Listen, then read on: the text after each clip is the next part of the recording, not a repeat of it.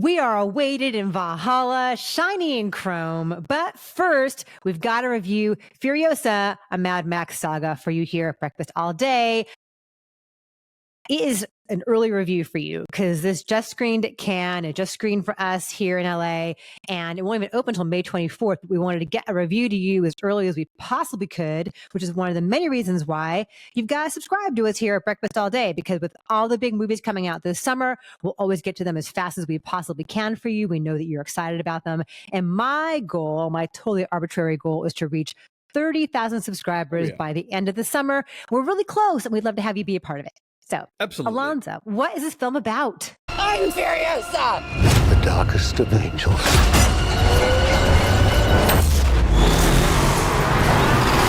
It's the backstory of Furiosa, but maybe not as much backstory as you would have expected if you saw Fury Road. You know, the character, as portrayed by Charlize Theron, clearly has a past, and, you know, where'd that arm come from? What's the deal with the green place? Like, there's a lot of questions that this movie could have gone into, and it's not a bunch of that. It's really more one of those prequels where we have to get the character to where you know she is going. Early on in the film, she is taken by a gang run by the nefarious Dementos, played by Chris Hemsworth, or Dr. Dementos, as I like to call him. And, you know, basically is sort of driven by a longing to return home, driven by a longing to get revenge on this guy who has destroyed her life. I was kind of surprised how quickly we got to the Citadel and Immortan Joe and the War Boys and all the stuff that we already know, because I think the best prequels take you to a place that you don't know and you know, fill in the blanks and deepen and enhance what we already know about a character with something new. And that's really not what this movie is about. What it is about, obviously, is more wild vehicular mayhem. And, you know, George Miller does that like nobody else. But George Miller has to live up to Fury Road, which is an impossible task. And, you know, this is a movie where the reason that I'm disappointed with it is because it fails to live up to an impossible task. Yeah. You know, people have said, oh, well, you know, we give a pass to like Fast and the Furious sequels or Mission Impossible sequels. Like, well, yeah, because those movies are fun and they're popcorn films, and there is the possibility that you could improve upon them. There's a possibility that you could one up what those movies have already done. You can't do that with Fury Road, try as they might. And if anything, you can tell that this one has a little more CG and a little more green screen. If you read Kyle Buchanan's book, we had him on the show to talk about it. They did pretty much everything in Fury Road the hard way, and it showed. And this time around, you know, I looked on IMDb. You know, you can search like overlapping credits for two films. 137 people who worked on Fury Road are back for Furiosa.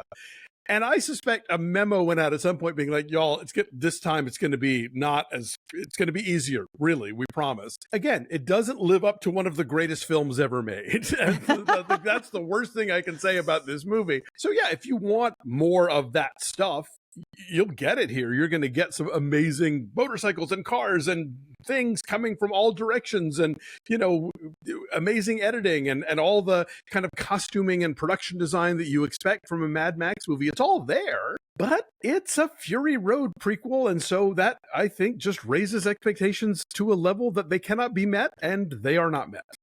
Yeah. Fury Road was groundbreaking, game-changing, like a genre unto itself, right? Yeah. And one of the greatest action films ever made. And I think arguably one of the best films of the last decade. And you mentioned a lot of the folks who made Fury Road who are back here. That includes like Jenny Bevan's costume design, and Margaret Sixel is one of the editors. They both won Oscars for their work on Fury Road. Junkie XL does the score again. It's not John Seal as the DP. George Miller couldn't drag him back out to the desert one more time. It is Simon Duggan who shot Baz Luhrmann's Great Gatsby, for example. So it still has like that rich and harrowing, vibrant pop of color, and like the texture of the dirt and the sand and the metal. Like, it's all there. It's all tactile and real. I found this thrilling. I enjoyed the hell out of this once it gets going. But like for that first hour, it is young Furiosa, the young actress who plays her, who will go on to be played by Anya Taylor-Joy. Her name is Alyla Browne, and she's 14 years old. And she's incredible. And she has to hold her own opposite people like Chris Hemsworth. She has to establish this character who will become Anya Taylor-Joy, who will become Charlize Theron. It's a huge responsibility, and she's got to do a lot of it with her eyes. I mean, Anya Taylor-Joy is amazing here because it's so physical and because it's nearly wordless. There's a long story that our friend Kyle, as you mentioned, he did a big interview with Anya Taylor-Joy in the New York Times this past Sunday, where she's talking about what a lonely experience it was for her and how challenging it was because she had to convey so much with her eyes, and her eyes are singular. I think if you're going to cast somebody who has to do it all with their eyes, Anya Taylor-Joy is the person you call for sure. Right. And the way she's lighted and, there's great drama to it and she can convey so much with it, but it's a really difficult physical role. She used to be a ballet dancer. So she's got like the agility and also the precision and the dexterity and the grace, but also like a fierceness to her.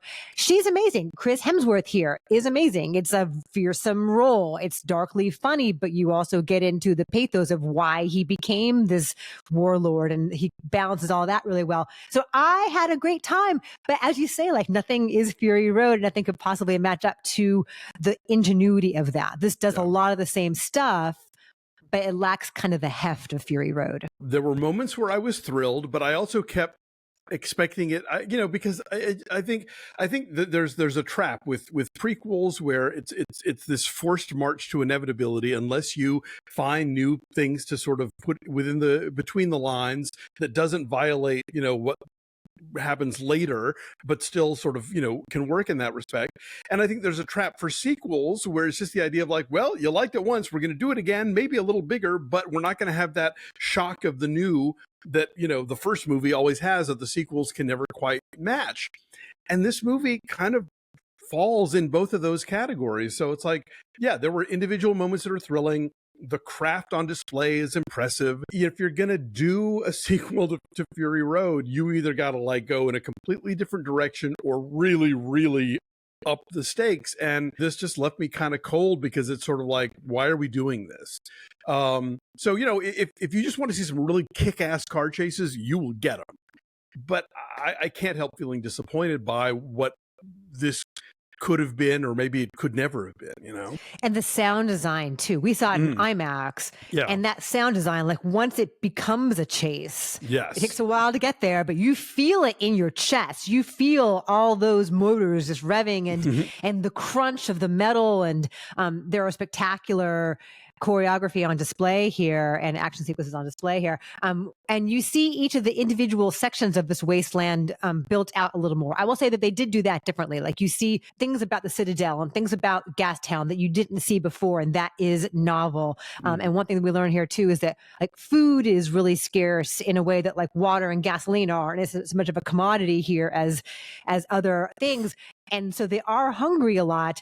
But imagine what they could do with Lodge products, Lodge grilling products, which are on sale right now. There's a great sale going on Lodge grilling products. We've loved working with them through May 24th when this movie comes out. Take up to 25% off of all your Lodge grilling essentials.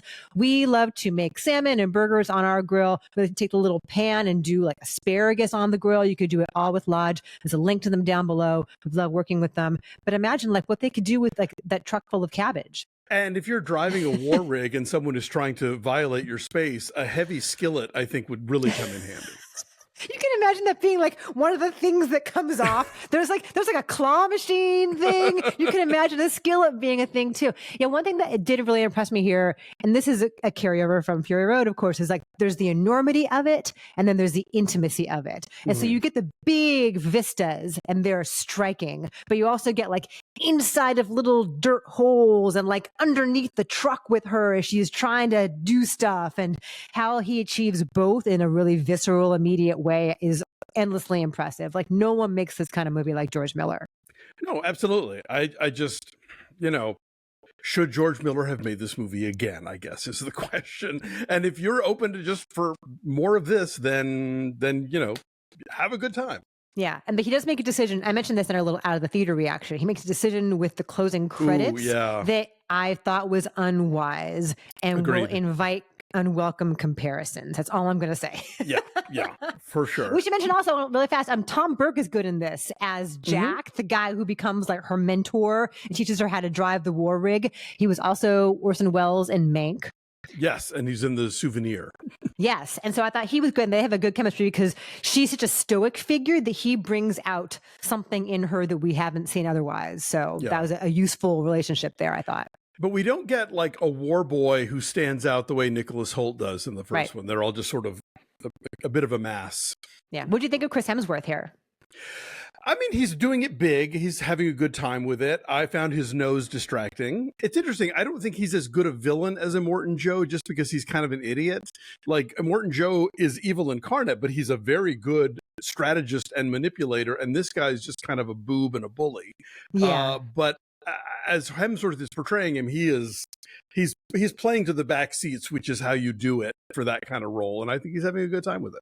Yeah, Immortan Joe, who is now being played here by Lachy Hulme, is more shrewd, but the unpredictability of that Dementis character makes him fearsome in a totally different way because he might just do anything. There's like a loose cannon quality to him that's very scary. So I thought he was great. Anyway, what's your number then for Furiosa? I'm giving it a 6, purely for, like, again, the craft. The craft on display is extraordinary, but I'm not going higher because I just don't think this movie in and of itself was a good idea because you are trying to hook onto, like I said, one of the greatest films ever made, and that's just a recipe for disappointment. I'm going to say 8.5 because it does what it does so well. Yes, it is very much in the same key as Fury Road and nothing can match Fury Road, but it does what it does so well and it is thrilling and a great reason to go to the theater this summer. If you didn't go see The Fall Guy or Kingdom of the Planet of the Apes, like you're waiting for the big experience, the big event. This is it. All right, let us know what you think. Thanks, guys.